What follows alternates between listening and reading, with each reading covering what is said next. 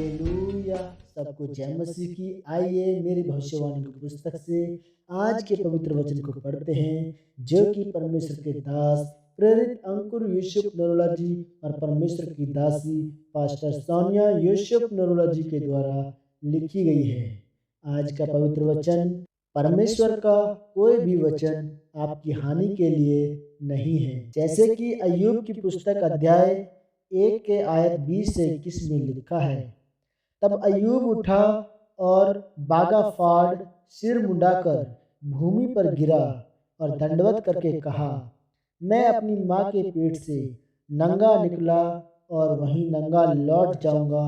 यहोवा ने दिया और यहोवा ही ने लिया, यहोवा का नाम धन्य है।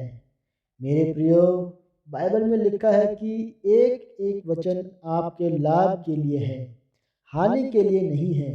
परमेश्वर का एक भी ऐसा हुक्म नहीं है जो आपको नुकसान के लिए है। लेकिन आप परमेश्वर के वचन को कैसे लेते हैं, यह आप पर निर्भर करता है। अगर आपने अपनी मुश्किल परिस्थिति में परमेश्वर को धन्य कहना नहीं छोड़ा, तो वह उसको आपके फायदे और गवाही में बदल देगा। अगर आप परमेश्वर के वचन पर चलना ना छोड़ें और उसके हर एक वचन को अपने फायदे के लिए समझें, क्योंकि परमेश्वर आप में वह देखता है जो आप नहीं देख सकते। मेरे प्रियो, जब हम बाइबल में अय्यूब के बारे में पढ़ते हैं तो लिखा है कि अय्यूब ने अपने जीवन में चारों ओर से आशीषित था और परमेश्वर की आराधना करता था। लेकिन एक दिन उसके जीवन में बहुत बड़ा दुख आया कि उसका अपना शरीर भी कोढ़ से भर गया। लेकिन उसने फिर भी परमेश्वर की महिमा की और उसका धन्यवाद करता रहा।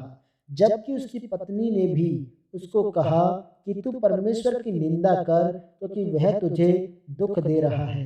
लेकिन उसने अपनी पत्नी से कहा कि जिस परमेश्वर से हम सुख लेते हैं उससे दुख ना ले। उसने अपनी पत्नी की बात को ना मानते हुए परमेश्वर की ही महिमा की। मेरे प्रियो, याद रखें, परमेश्वर आपके जीवन में कभी भी कोई दुख व्यर्थ में नहीं भेजता और ना ही आपकी जिंदगी को उदास करने के लिए आपके जीवन में कुछ करता है।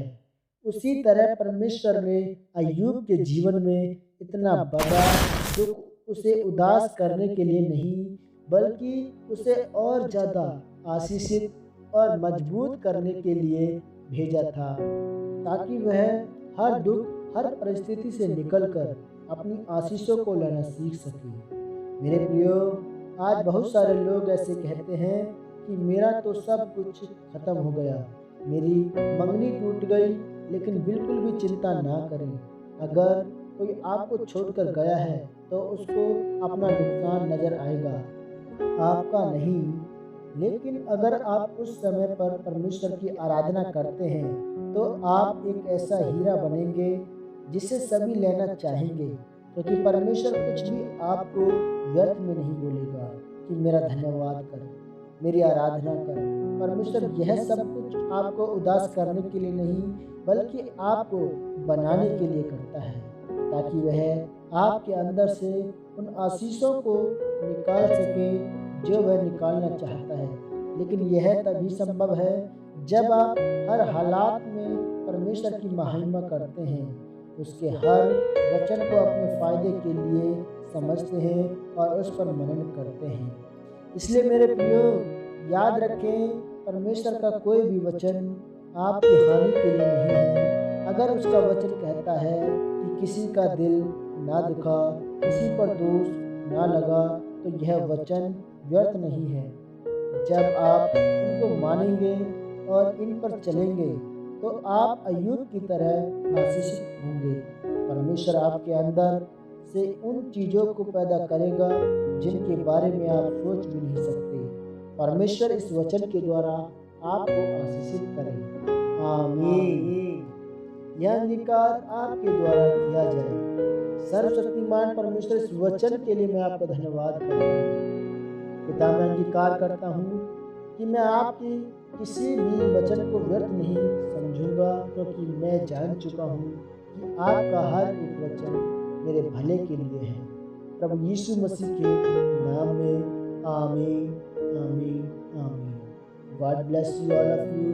परमेश्वर आपको इस सामर्थ्य वचन के द्वारा चंगा करे, छुए। आप सब ब्लेस हैं इन जीसस क्राइस्ट। आमीन।